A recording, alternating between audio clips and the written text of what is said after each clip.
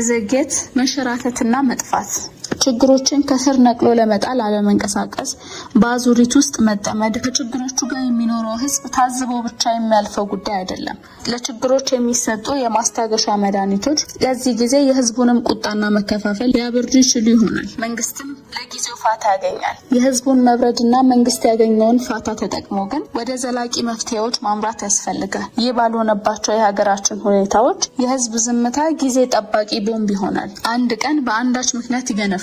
በዚህ አይነት መንገድ ገንፍሎ የወጣ ህዝብ ቁጣውን ሲገልጽና መንግስትን ሲጥል በሀገራችን በተደጋጋሚ ተመልክተናል። አንድ ስርዓት በየጊዜው የሚያደርገውን የህዝብ ፍላጎት ለመመለስ የሚያስችል ውጤታማነትና ቅልጥፍናን መፍጠር ካልቻለ ህዝቡ በስርዓቱ ላይ ያለው እርካታና መተማመን በየጊዜው እየቀነሰ ይመጣል። ይህ ጉዳይ በጊዜ መፍትሄ ካላገኘና ከጊዜ ወደ ጊዜ እየተባባሰ ከመጣ ህዝብ ሀገረ መንግስቱን የፍላጎቱ አስጠባቂ አድርጎ መቁጠሩ ይቀራል። ይህም የሀገረ መንግስት ቅቡልነት መላላትን ያመጣል። የሀገረ መንግስት ቅቡልነት መላላት ለሀገራት አለመረጋጋትና መዳከም ዋነኛ ምክንያት ነው። የሀገር ጥንካሬ እና የስርዓቱም ቀጣይነት የህዝብን ፍላጎት በማሟላትና ያንን ተከትሎ በሚኖር የህዝብ ድጋፍ ላይ የተመሰረተ ነው። የህዝብን ፍላጎት ማሟላት ያልቻሉ ስርዓቶች የዛሬና የቀጣይ ትውልድን ፍላጎት ማሟላት አይችሉም። ስለዚህ የቅቡልነት ፈተና እሱንም ተከትሎ ግጭትና አለመረጋጋት የሚስተዋልባቸው ናቸው። ስርዓት አዎንታዊ ለውጥና እድገት አለያም አሉታዊ ለውጥና ድቀት ሊያስተናግድ ይችላል። ስርዓቶች አዎንታዊ ለውጥ እየፈጠሩና እየጠነከሩ ካልሄዱ አሉታዊ ለውጥ እየተፈጠረባቸው ወደ ስርዓት መበስበስ ያመራሉ። ለዚህም ዋናው ምክንያት የህዝብ ፍላጎት የሚለዋወጥ ብቻ ሳይሆን ያለማቋረጥ የሚያድግም ጭምር ስለሆነ ነው። ስርዓቱ ቻለም አልቻለም፣ ተመቸውም አልተመቸውም የትኛውንም ምክንያት በመደርደር የህዝብን ፍላጎት ሳይመልስ መቅረት አይችልም። ቀድሞ ነገር ስርዓቱ ወደ ስልጣን ሲመጣ የህዝብን ጥያቄ ለመመለስ ነው። አንገብጋቢና ጊዜ የማይሰጡ የህዝብ ጥያቄዎች ምላሽ ካላገኙ የስርዓቱ አስፈላጊነት ጥያቄ ውስጥ ይገባል። በተለይም ባላደጉ ሀገራት የህዝብ ጥያቄዎች ለመኖር አስፈላጊ በመንላቸው መሰረታዊ ጉዳዮች ዙሪያ በመሆኑ ሳይመለስ ማደር አይችልም፣ ፋታም አይሰጥም። በመሆኑም አንድ ስርዓት ወደ ስልጣን መጣ ወይም ሀገር ተረከበ ማለት ለማያቋርጥ የህዝብ ፍላጎት ምላሽ መስጠት ጀመረ ማለት ነው። ስርዓቱ በሌላ እስኪተካ ድረስ የማያቋርጥ አገልግሎት የመስጠት ግዴታ ውስጥ ገባ ማለት ነው። ይህንን ግዴታ በማይወጡ ወይም ለመወጣት በሚዘገዩ ስርዓቶች ላይ ህዝቡ ቁጣውን ይገልጻል። ስልጣናቸውንም ለሌሎች አሳልፎ ይሰጣል። የአምባገነኖች ስርዓት እንኳን ከዚህ ሊያመልጥ አይችልም። ህዝብ ራሱን ለማዳን ሲል በመንግስት ላይ መነሳቱ የማይቀር ነው።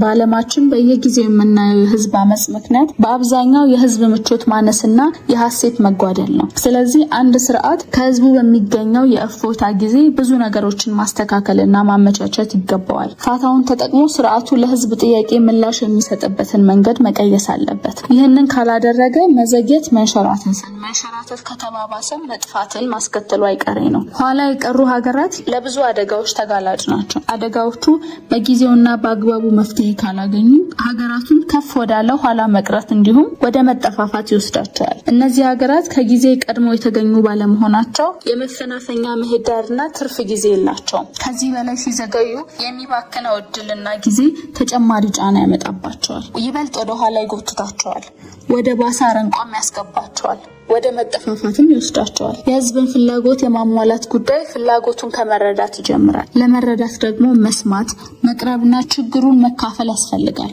ስልጣን የዛፍ ላይ እንቅልፍ መሆኑን መረዳት ይሻል። አገልጋይነት ክብር መሆኑን፣ በተጻራሪው ደግሞ መሾም አድራጊ ፈጣሪነት አለመሆኑን መገንዘብ ያስፈልጋል። ስልጣን ማለት አስተምሮ ለዚህ ያደረሰንን ህዝብ የማገልገል ክብር አድርገን መመልከት ጠቃሚ ነው። ለጭቁኑ ህዝብ ጥቅም ሲባል በጭቁኖች ትግል ስልጣን ላይ ወጥተናል ካልን ጥቂት ዓመታት በኋላ ጭቁኖችን ወደ መጨቆን መሻገር የማይለካ ውርደት ነው። የመደብ ልዩነት ፈጥሮ በራስ ዓለም ዛቢያ መዞር ለሁሉም አቅጣጫዎች እንዳና ያደርጋል። የጊዜ ጉዳይ ነው እንጂ ህዝብ ትግስቱ ሲያልቅ አሽቀንጥሮ መጣሩ የማይቀር ነው። ህዝቡን ማገልገልና በህዝቡ መገልገል ለየቅል ናቸው።